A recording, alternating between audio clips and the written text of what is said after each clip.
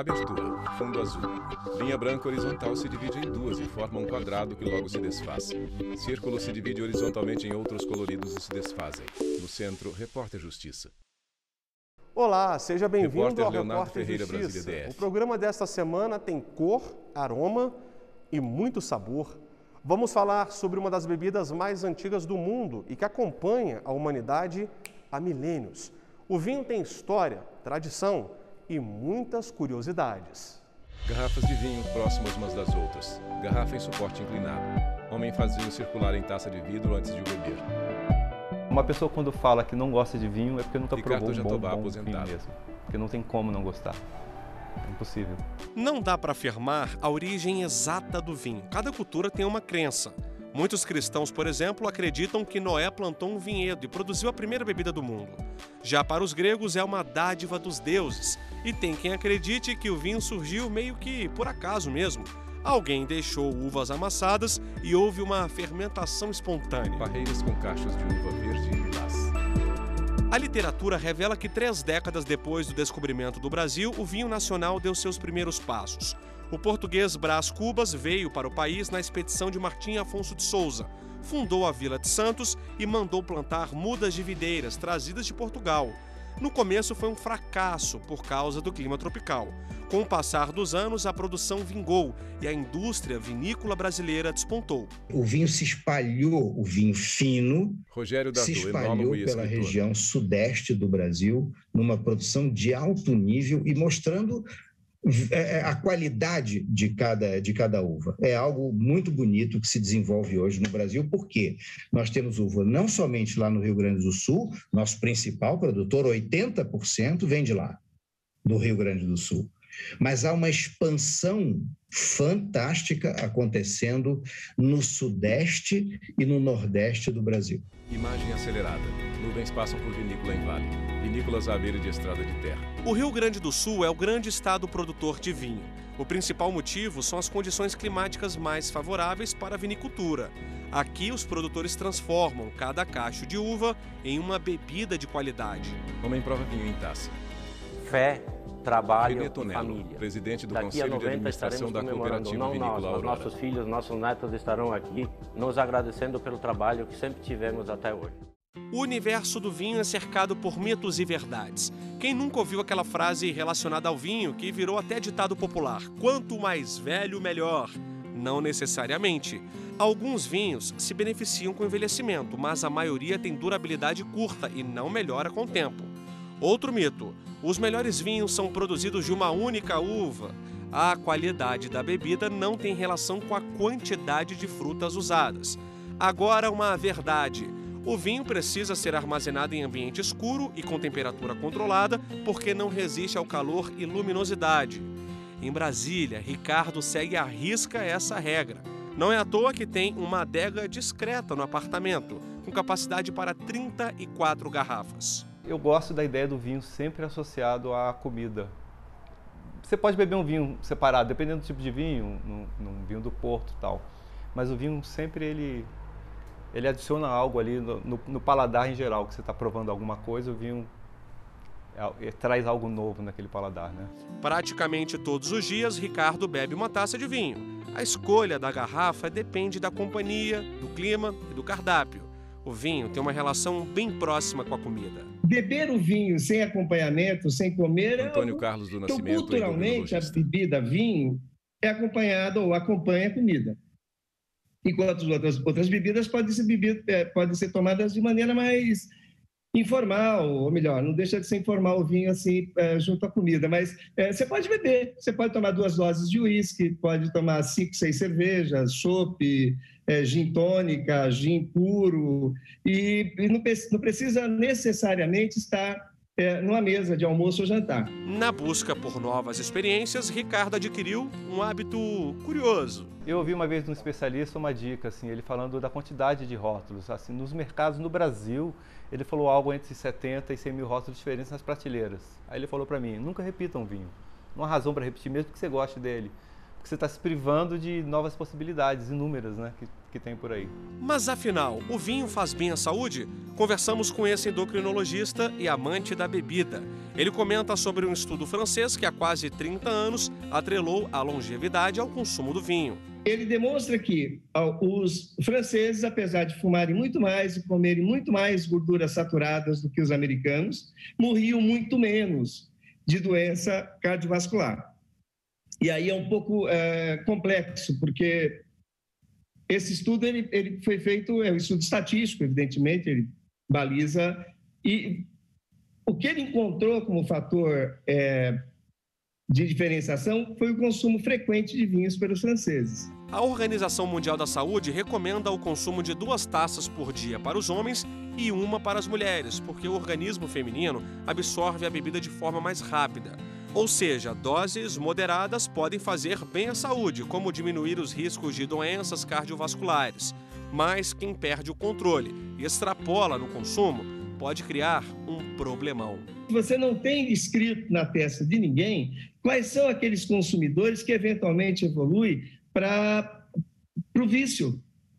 Isso que faz com que uma situação que aparentemente pudesse ser consensual, desde que não houvesse o risco à dependência, aos exageros e destruições hilárias do ponto de vista de comportamento, essa coisa toda, e também no contexto orgânico a hepatotoxicidade, o quanto que o álcool é capaz de atormentar a vida fisiológica do fígado. Entre 2019 e 2020, o consumo de vinhos no Brasil aumentou quase 30%.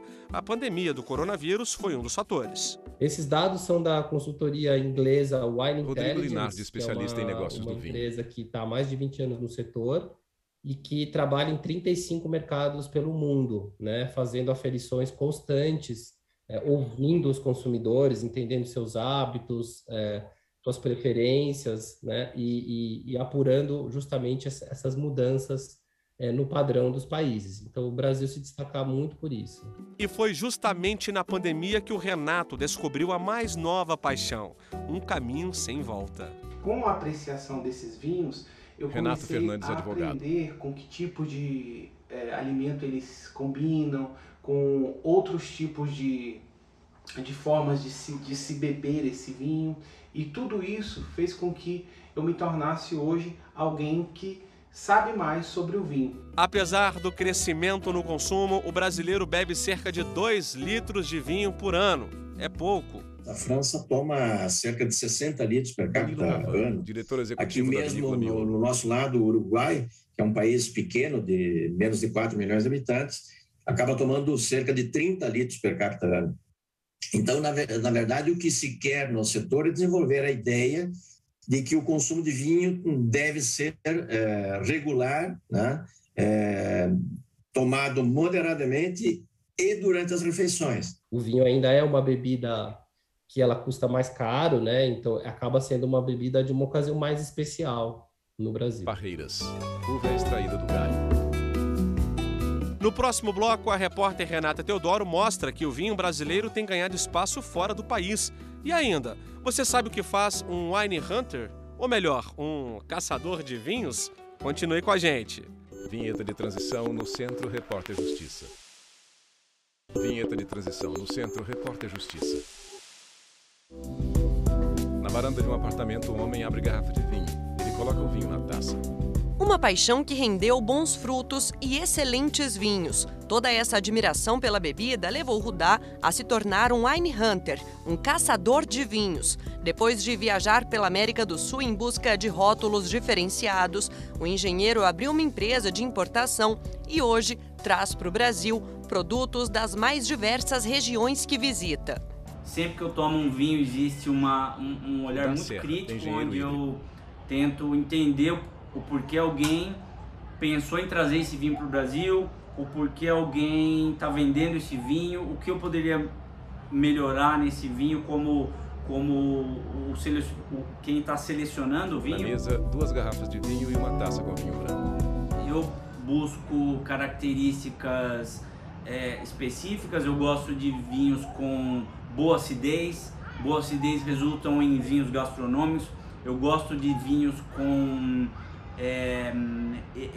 muita expressão não frutado. Eu gosto de expressões já puxadas para aromas que são resultantes de envelhecimento, são os aromas terciários. Eu gosto dessas características. Se de um lado brasileiros têm a oportunidade de conhecer rótulos de outros países, do outro, o nosso mercado também tem ganhado mais espaço lá fora. De janeiro a setembro de 2021, o Brasil deu um salto de 62% nas exportações de vinhos e espumantes em relação ao mesmo período de 2020. Em valor, o crescimento foi de 54%, somando mais de 9 milhões de dólares. Ainda de acordo com o estudo feito por uma empresa de auditoria de importação e inteligência de mercado, os dados mostram que o estado do Rio Grande do Sul continua sendo o que concentra a maior parte das exportações brasileiras, seguido por São Paulo e Paraná. O representante do Conselho de Planejamento e Gestão da Aplicação de Recursos Financeiros para Desenvolvimento da Vitivinicultura do Estado do Rio Grande do Sul ressalta que a percepção do vinho brasileiro no exterior vem se firmando cada vez mais de forma contínua desde 2015, aumento que se dá, em especial, ao interesse de alguns países pelos produtos brasileiros. Nossa flagship, né, nosso carro-chefe do projeto é o espumante analista de promoção internacional da Uvibra Conservites Rio Grande do Sul. No mercado externo, né, o seu reconhecimento. E, portanto, o mercado-alvo principal do espumante, ele é os Estados Unidos. Já falando agora de vinhos tranquilos, né, todo tipo de vinho, então a gente tem a China também como mercado-alvo, alguns países da América do Sul e alguns países da Europa também que fazem parte desse destino de exportação. Crescimento que vai além com o trabalho feito pela Associação Brasileira de Enologia. Temos um calendário anual de concursos. André Gasperin, presidente da Associação Brasileira de Enologia, ABE. Na França, Itália, na Hungria, Canadá, México, Chile, Argentina. Então, as empresas congregam as amostras na Associação Brasileira de Enologia. A Associação Brasileira de Enologia faz o envio das amostras para a organização desses concursos. E, para nossa grata surpresa, digamos, não tão para nós surpresa, mas para os outros países tradicionais produtores do mundo, o Brasil já é reconhecido, sim, por ter ganhado importantes premiações, competindo com vinhos das mais diversas regiões do mundo e obtendo destaques importantes em seus produtos. Vinícolas na Serra Gaúcha. A região de Bento Gonçalves, no Rio Grande do Sul, ocupa boa parte da produção brasileira e é onde está a sede da Embrapa Uva e Vinho. Por lá, a gente encontra uma gama de variedades da Vitis vinífera, espécie mais adequada para a vinificação. As mais populares são as Sauvignon Blanc, Chardonnay, Pinot Noir, Merlot, Cabernet Sauvignon e Malbec. Entre as contribuições para o setor da vitivinicultura, Adeliano explica que tem atuado com o desenvolvimento de novas cultivares de uvas. Essas cultivares são altamente adaptadas às nossas chefe-geral da Embrapa Uva e Vinho. Desde as regiões tradicionais aqui da Serra Gaúcha, Rio Grande do Sul, Santa Catarina, até as regiões mais novas na produção de vinho, como São Paulo, Minas, Goiás e o semiárido nordestino. Essas cultivares também têm uma resistência à doença melhor quando comparadas às cultivares tradicionais e introduzidas da Europa. No Distrito Federal, a produção de vinhos artesanais tem sido o grande desafio da Fazenda Califórnia. A plantação de uva existe há 10 anos, mas tudo começou de um jeito bem familiar. É uma ideia que já vem Bruno Sigmaringa originalmente Seixas, especialista da família do meu sogro de Líbano, em Zarle, onde o pai dele contava que os familiares deles plantavam uva em Zarle.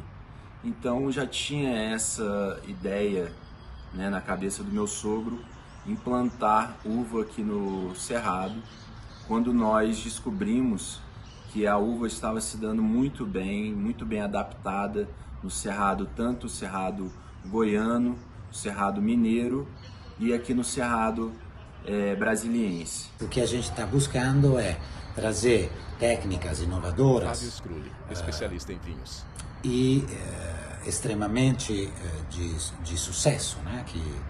Que garantem a produção de vinhos excelentes aqui no Brasil. Encontrar a melhor, vamos dizer, casta, tipo de uva ideal para essas condições ambientais.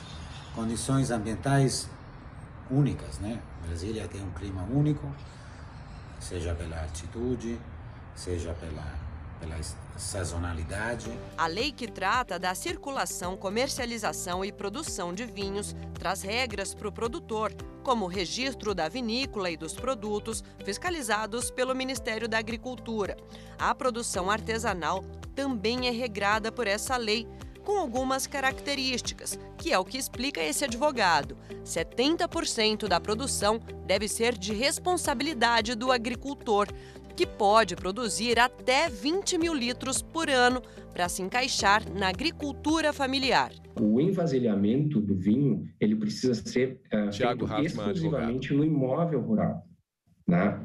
Então, tu produz a uva dentro do teu imóvel rural e tu faz o envasilhamento também dentro do teu imóvel rural, né? E daí a venda desse produto também tem limitações. Ou tu vende dentro da tua propriedade, né, onde foi produzido o vinho, tu faz essa venda direto para o consumidor. Tu não pode ter um outro, um representante comercial, alguma coisa assim, né? Tu não pode repassar o teu vinho para outra pessoa vender. Direto de Pernambuco, Franciele também veio de uma família do campo por conta do pai, produtor de uva de mesa. Mas o contato com o mundo do vinho aconteceu mesmo quando ela estava na faculdade, com um curso que fez de viticultura e enologia. Hoje é sommelier de uma grande marca de vinhos e espumantes. Está aí para mostrar que não é só a exportação brasileira que tem crescido, como a presença da mulher no campo também. Infelizmente, ainda há poucas mulheres. É um campo de trabalho com bastante potencial para a gente, mas eu vejo que ao longo dos anos tem crescido bastante o número de mulheres atuando como enóloga e como sommelier. E para mostrar que a força feminina tem feito diferença dentro de campo, não sai daí, que no próximo bloco eu vou contar essa história para você. Mulheres que não só produzem, mas também apreciam bons vinhos e entendem muito do assunto. Eu volto daqui a pouquinho. Um brinde, muito obrigado e nos vemos na próxima taça de vinho. Saúde. Rudá bebe vinho. Vinheta de transição no Centro Repórter Justiça. Vinheta de transição no Centro Repórter Justiça. A gente vai agora para um vinhedo que fica aqui perto de Brasília, no Distrito Federal.